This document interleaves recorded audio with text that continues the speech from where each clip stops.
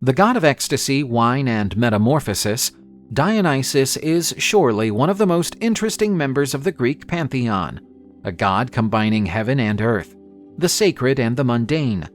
Born out of the forbidden union between the king of the gods Zeus and a mortal woman Semele, his origin is marred by tragedy and rebirth.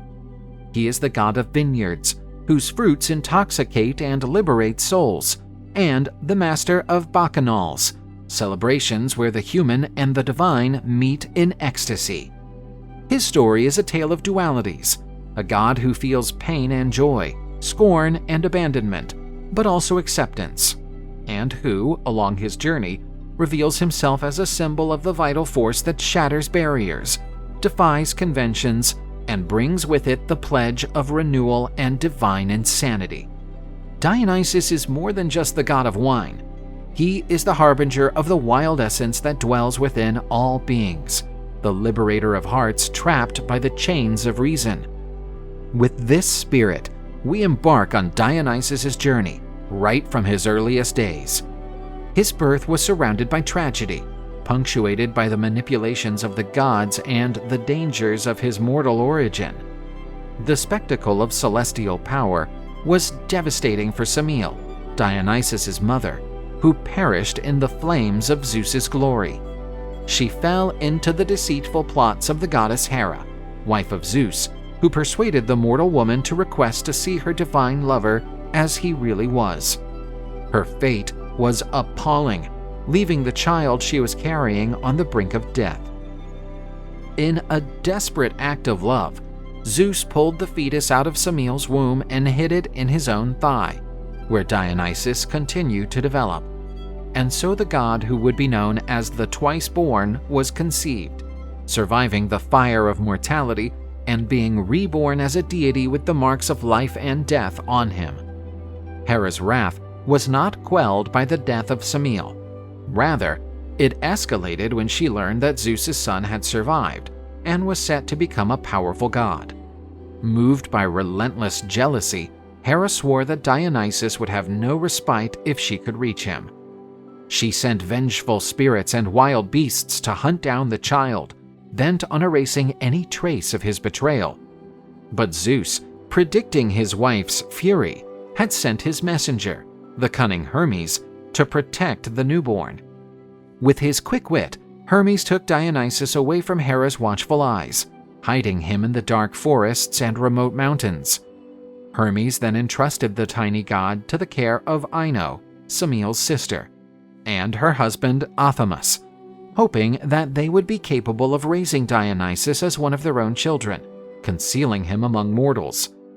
But Hera's insistence made even this refuge unsafe. In a final attempt to protect the child, Hermes took Dionysus to an even more secluded place, entrusting him to the nymphs of Mount Nysa, nature beings who lived on the edges of the world of gods and men.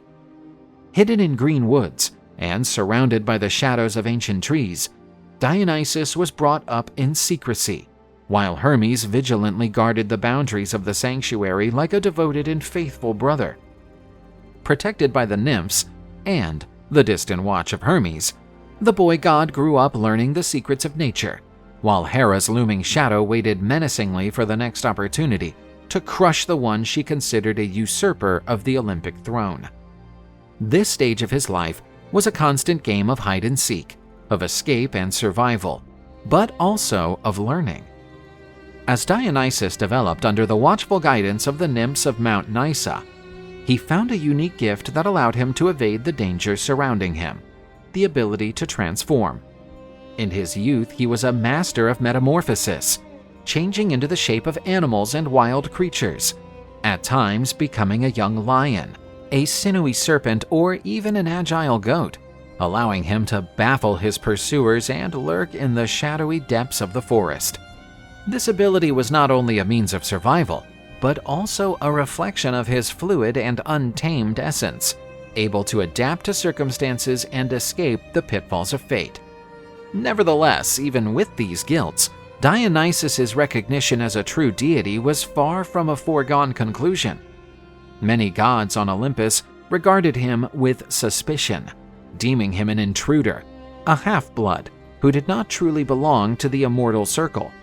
To prove his worth, Dionysus had to undertake a journey of self-knowledge and challenges, facing the mysteries of the earth and nature, and grasping the secrets hidden in the deep recesses of creation. He traveled through mountains and valleys, communed with ancient spirits and minor gods, and on his journeys, he started to feel the throb of life that vibrated in every plant and creature. Dionysus found unexpected support at this stage of his journey in Rhea, the great mother of the gods, known to the Romans as Sibyl. She, the protector of the wild forces and the mountains, found in the young god a kindred spirit, someone who, like her, had a profound connection with the dynamics of the earth and the raw energy of life. Rhea welcomed Dionysus into her secret rituals, revealing to him the mysteries that transcend the frontiers between nature and the divine.